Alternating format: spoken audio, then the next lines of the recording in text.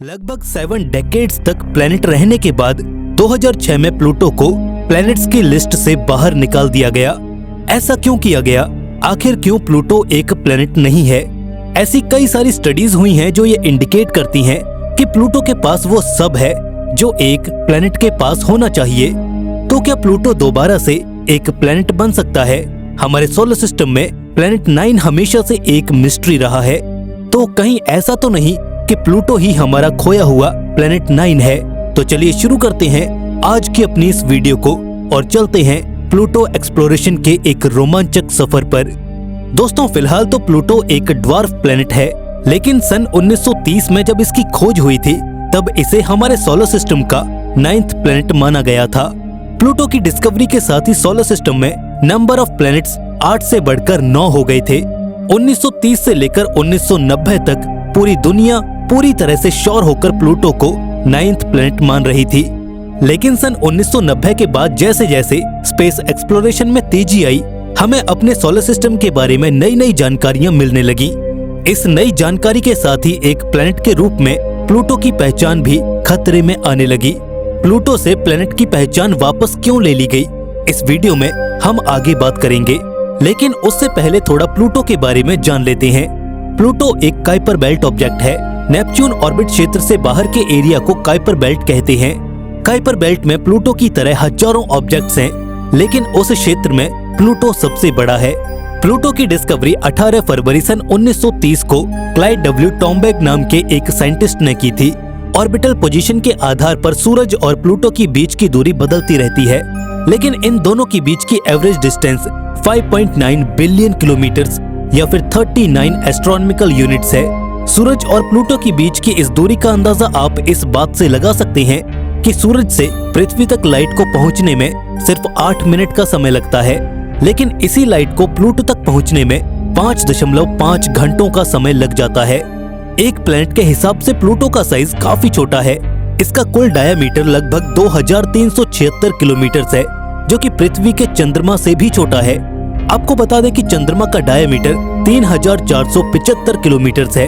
Diameter के हिसाब से देखें तो प्लूटो ऑस्ट्रेलिया से भी छोटा है, लेकिन फिर भी ये लगभग 7 दशक तक एक प्लेनेट की कैटेगरी में बना रहा।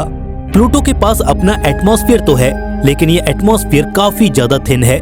प्लूटो का एटमॉस्फेयर मेनली नाइट्रोजन, मीथेन और कार्बन मोनोऑक्साइड से मिलकर बना हुआ है।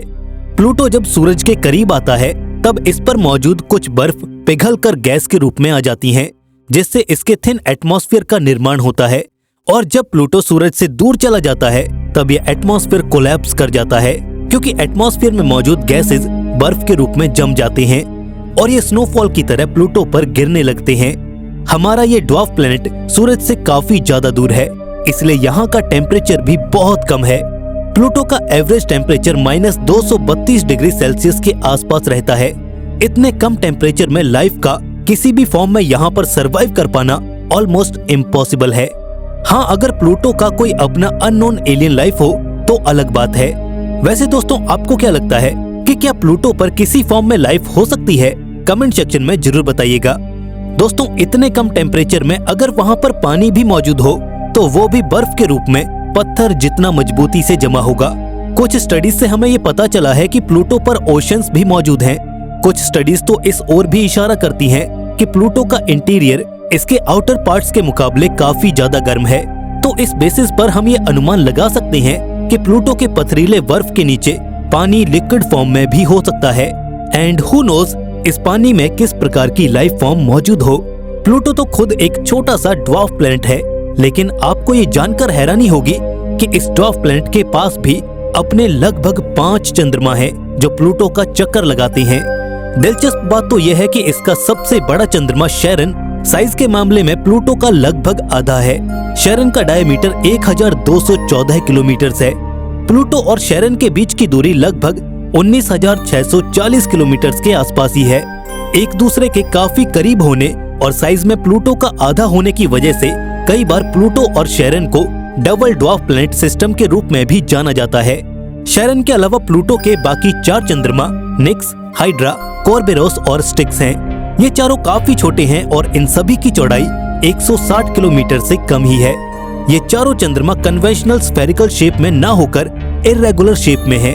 हमारी पृथ्वी लगभग 365 दिनों में सूरज का एक ऑर्बिट पूरा करती है, लेकिन प्लूटो को सूरज का एक ऑर्बिट पूरा करने में लगभग 248 साल लग जाते हैं। सन 1930 में डिस्कवरी के बाद से अब तक प्लूटो सूरज के अराउंड अपना एक ऑर्बिट भी पूरा नहीं कर सका है। डिस्कवरी के बाद प्लूटो का पहला ऑर्बिट 2178 में पूरा होगा और अनफॉर्चुनेटली उस समय तक हम नहीं रहेंगे। लेकिन क्या पता हम अपनी टेक्नोलॉजी के बलबूते प्लूटो तक पहुंच चुके होंगे। प्लूटो अपनी एक्सिस पर लगभग 57 डिग्रीज तक झुका हुआ है। इस वजह से ये ऑलमोस्ट अपने एक ही साइड पर स्पिन करता है। प्लूटो को एक स्पिन पूरा करने में लगभग 153 घंटे लगते हैं। हेंस प्लूटो का एक दिन 6.4 अर्थ डेज के बराबर होता है। प्लूटो के स्लो स्पिनिंग की वजह यह है कि ये प्लैनेट सूरज से काफी ज्यादा दूर है। इसी वजह से यहाँ पर ग्रेविटेशनल फोर्सेस काफी कम है।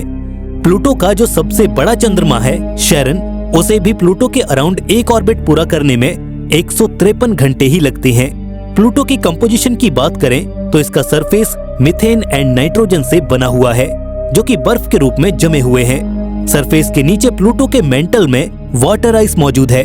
इसके बाद इसका रॉकी कोर है। हमारी पृथ्वी की तरह प्लूटो पर भी mountains, valleys, plains and craters मौजूद हैं। प्लूटो के टॉलेस्ट माउंटेन की ऊंचाई 2 से 3 किलोमीटर के बीच है। प्लूटो के माउंटेन्स पानी के बड़े बड़े ब्लॉक से मिलकर बने हुए हैं, जिसमें फ्रोजन वाटर के साथ ही फ्रोजन गैसेस भी मिले होते हैं। प्लूटो पर 600 किलोमीटर तक लंबी वैलीज भी हैं। इसके अलावा 260 किलोमीटर तक के डायमीटर वाले क्रेटर्स भी इस प्लैनेट पर डिटेक्ट किए गए हैं। दोस्तों, जब प्लूटो की डिस्कवरी हुई थी तब इसे हमारे सोलर सिस्टम का 9वां ग्रह माना जाता था, लेकिन आज ये कोई प्लैनेट नहीं बल्कि एक ड्वार्फ प्लैनेट के रूप में परिभाषित है। तो क्या है वो वजह जिस कारण प्लूटो को प्लैनेट की कैटेगरी से बाहर निकाल दिया गया? सन 1930 में जब प्लूटो की डिस्कवरी हुई थी तब उस समय प्लूटो में हर वो चीज नजर आई थी जो एक प्लैनेट में होनी चाहिए थी, और इसी वजह से इसे प्लैनेट के रूप में मान्यता मिल गई थी। लेकिन धीरे धीरे जब टेक्नोलॉजी एडवांस होती चली गई तब हमें आउटर सोलर सिस्टम के बारे में भी कई सारी नई चीजों के बारे में पता चला।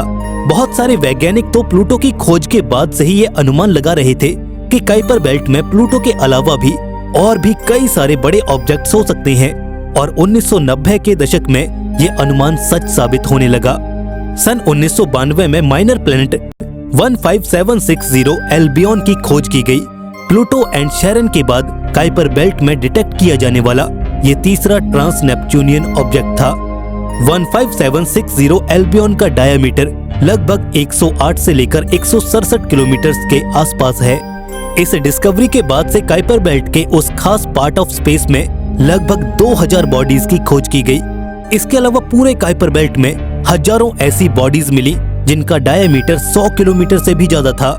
और फिर 2005 में एरिस की खोज की गई जिसका डायमीटर 2326 किलोमीटर है। डायमीटर में ये प्लूटो से थोड़ा ही छोटा है और ये प्लूटो से कहीं ज्यादा मैसिव है। एरिस की डिस्कवरी से पहले तक कुइपर बेल्ट में प्लूटो जैसे जो भी ऑब्जेक्ट्स मिल रहे थे वो सभी कुछ हद तक प्लूटो से छोटे थे। इस वजह से वैज्ञानिक खामोश बैठे हुए थे। लेकिन एक प्लैनेट के रूप में प्लूटो की पहचान पर सवाल पहले से ही खड़े हो रहे थे, और जब प्लूटो के लगभग बराबर के आकार वाले एरिस की खोज हुई तब ये बहस शुरू हो गई कि क्या प्लूटो सचमुच एक प्लैनेट है। सवाल ये उठने लगा कि अगर प्लूटो एक प्लैनेट है तो फिर उस जैसे कुइपर बेल्ट में सैकड़ों ऑब्जेक्ट्स हैं, तो क्या उन सभी को एक प्लैनेट ही मान लिया जाए? उठते हुए सवालों के बीच अगस्त सन 2006 में पैराग्वे में इंटरनेशनल एस्ट्रोनॉमिकल यूनियन की एक जर्नल असेंबली बुलाई गई। इस असेंबली में किसी भी ऑब्जेक्ट को प्लैनेट के रूप में परिभाषित करने के लिए 3 क्राइटेरिया सेट किए गए। नंबर 1, ऑब्जेक्ट सूरज का चक्कर लगाता हो। Number 2, object hydrostatic equilibrium attain कर चुका हो, यानी कि उसका शेप स्फेरिकल या नियरली स्फेरिकल हो। नंबर 3, ऑब्जेक्ट अपने आसपास के एरिया को खाली कर चुका हो, यानी कि वो ऑब्जेक्ट ग्रेविटेशनली डोमिनेटिंग हो। प्लूटो पहली 2 शर्तों को तो पूरा कर रहा था, लेकिन तीसरी शर्त में वो फेल हो गया क्योंकि प्लूटो ग्रेविटेशनली डोमिनेटिंग नहीं है। इसके नेबरहुड में कई सारे अदर ऑब्जेक्ट्स हैं, तो इस वजह से 2006 में प्लूटो को प्लैनेट के दर्जे से नीचे उतार दिया गया और इसे ड्वार्फ प्लैनेट घोषित कर दिया गया।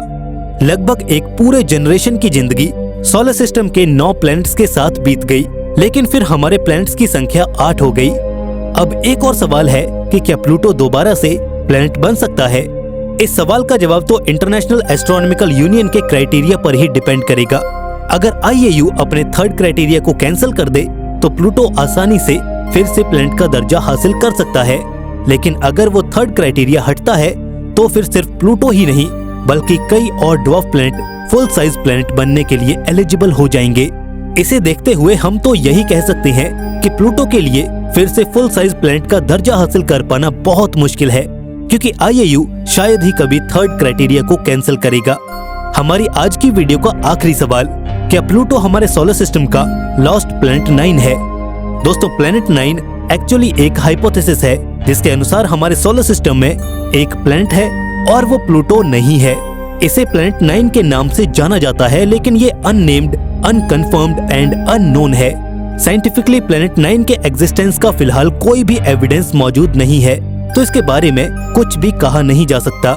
कुछ लोगों का मानना है कि प्लूटो ही हमारा लॉस्ट प्लैनेट 9 हो सकता है, लेकिन प्लैनेट 9 के बिलीवर्स का ये मानना है कि प्लैनेट 9 प्लूटो नहीं बल्कि कोई और है जिसकी खोज कभी न कभी जरूर होगी।